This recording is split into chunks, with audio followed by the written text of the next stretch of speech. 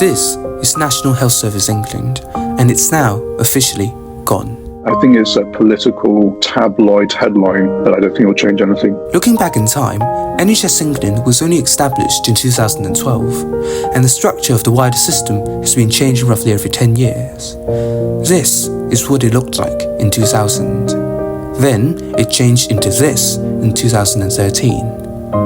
Around a decade later, in 2022, the structure changed once again to this.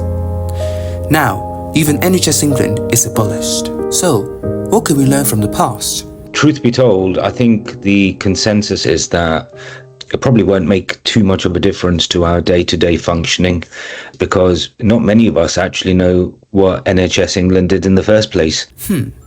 While the structure changes frequently, it doesn't seem to have a hugely dramatic impact on doctors' day-to-day work. So perhaps you might think that that will be the case this time as well.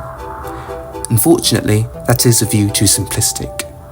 Introducing the elephant in the room, the one factor that would determine the fate of the NHS. For directives, targets, things like that, that really should be generated from the frontline clinicians, because we know what's going to work, we know what's going to help our patients, instead of the other way around, where the frontline clinicians are being told what to do. When I was working in an emergency department, they then brought in this target driven by the government. No patient should wait longer than 4 hours in the emergency department. But when this target came in, albeit very well intentioned, there then started to be a drive that patients can stay in the emergency department. They had to get out. They really wouldn't actually get treated. They just get moved somewhere else in the hospital to be treated by a specialist team. And you see, it had unintended consequences that we're still suffering from to this day. And that was all from a target that was not really discussed with the clinicians on the front line. I wouldn't say there's a barrier, but there is a bit of a disconnect in the sense that the managers, who are not clinicians by and large, don't really understand what we're doing, and we don't really understand what they're doing.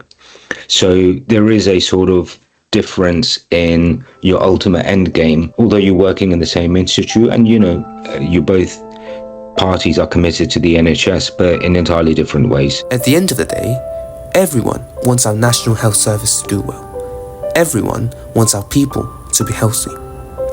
That is what truly matters to us all.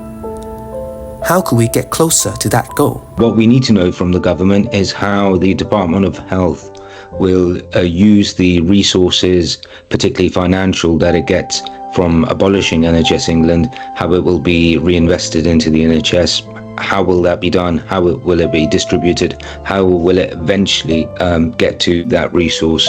Until there is a collaboration between representatives of the frontline staff and the politicians or the Department of Health and Social Care, whichever organisation it's going to be, the problems will just continue. Admittedly, the current situation could have been better. Indeed, change is massive, but all it takes is taking small steps forward continuously. Often, we are disheartened when we cannot see a way through, when we can only see the next step. In such times, perhaps the only thing we need to do is to just take that.